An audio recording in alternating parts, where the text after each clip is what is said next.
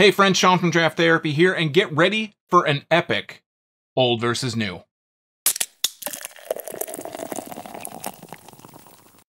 So the old versus new series is a series of videos that I make where I compare old beer that's been kind of old, aged, against new beer, which is what we have here. I'm recording this on March 22nd. This Oberon Day just happened 2 days ago. I went to Oberon Day with the intention of trying this beer, Oberon, versus this beer, Oberon. Now, I'm going to kind of rearrange some stuff here. I want to show you guys, look at this bottle. Look at the crust on this bottle. The story behind this bottle is that I found this old bottle of Oberon beneath me here. So this is a backdrop. Beneath this is some stairs that I have, and this is just covering it. I used to buy cases of Oberon back in the day, and I bought a case of Oberon at one point before my daughter was born. One of my daughters, my first daughter, was born. She's 12 now. This beer, I've reached out to Bell's on social media. They don't even know how old this beer is. I just want to show you guys, too. This is the same batch. The batch number on here, they can look this up. And you can see down here, or I hope you can see down here. What is it? It's 9102. 9102 is the batch number. There is no date on here. Hopefully you're able to see that one more time. 9102. That's the batch number.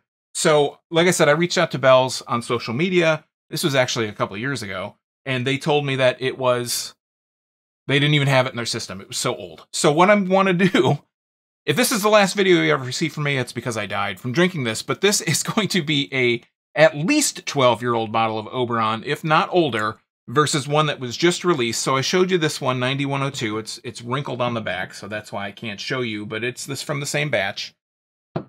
And this one was just bottled, it should say down here, I didn't even look what the date said. It was packaged on March 2nd, 2023.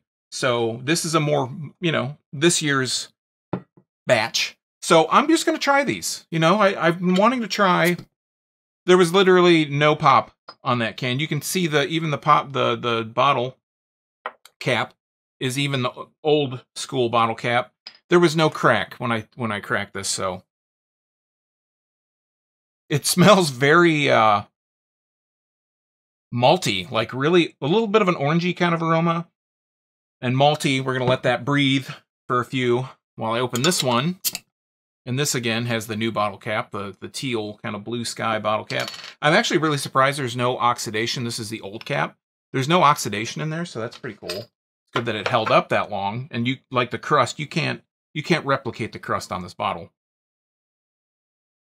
Obviously smells much fresher, a lot more of an orange aroma. It's just all over, obviously, a fresher beer. So let's go ahead and pour this. Let me move this stuff. No overhead cam today, but it's coming out like you would, well, it's a little bit darker than I usually would think an Oberon's going to be. Getting some sediment to float in from the bottom.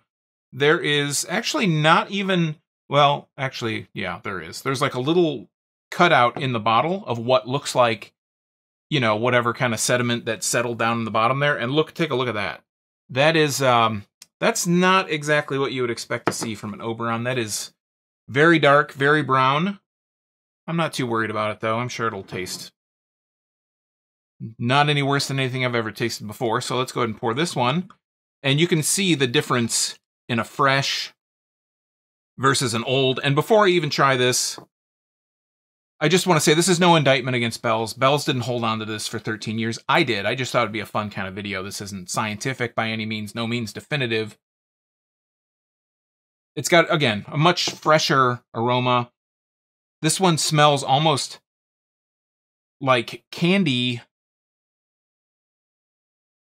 Like, not licorice, but like a candied kind of aroma to it. And this one smells like what you would expect. It's kind of got a wheat aroma to it.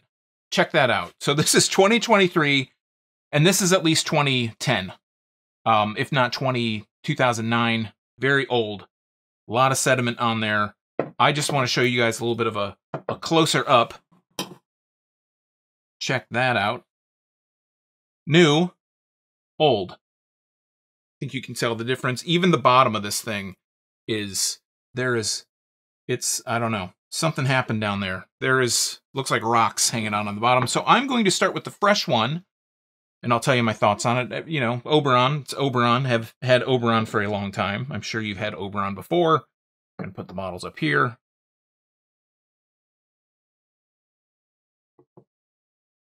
But yeah, it's got a nice kind of fresh wheat flavor to it. I wouldn't be against dropping an orange in here. I know some people are anti-fruit. Just to say, we went to Oberon Day. John Farner, my Dewey Pod Monster co-host, and I went to the Eccentric Cafe for Oberon Day. Had peach Oberon, fruit punch Oberon, pineapple jalapeno Oberon, watermelon basil Oberon, and blood orange Oberon. Tasted like Oberon with some little extra stuff in there. Watermelon basil was interesting. Pineapple jalapeno, could have used more pineapple, but it was interesting too. Yeah, it just smells really like almost, I don't know, like almost a Belgian or something. So let's go ahead and try this. If I don't spit it out, then it, you know, we'll see. Cheers.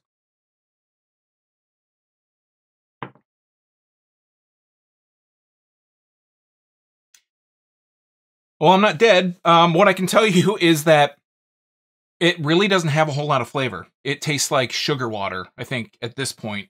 So much has just kind of either is stuck in the bottom of this bottle. Again, I don't know if you probably can't even see that because it's just black, but it's a dark bottle. But so much of the flavor has just, all the sediment has settled down. I'm not going to drink this down to the bottom. I am not probably going to finish this.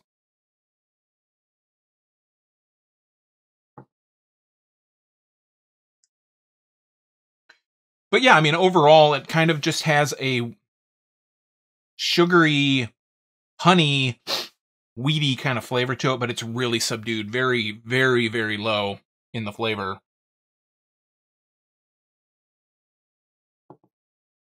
I would not want to be the person that's at the bottom of this drinking the dregs of this beer, because I feel like I don't even know what's in this. But good news is I have I gave one of the bottles to my co-host John, because we were going to do a beer versus a face-to-face kind of taste test. So I still have 4 bottles, and I think I still have another 6-pack behind this paper sheet back here, but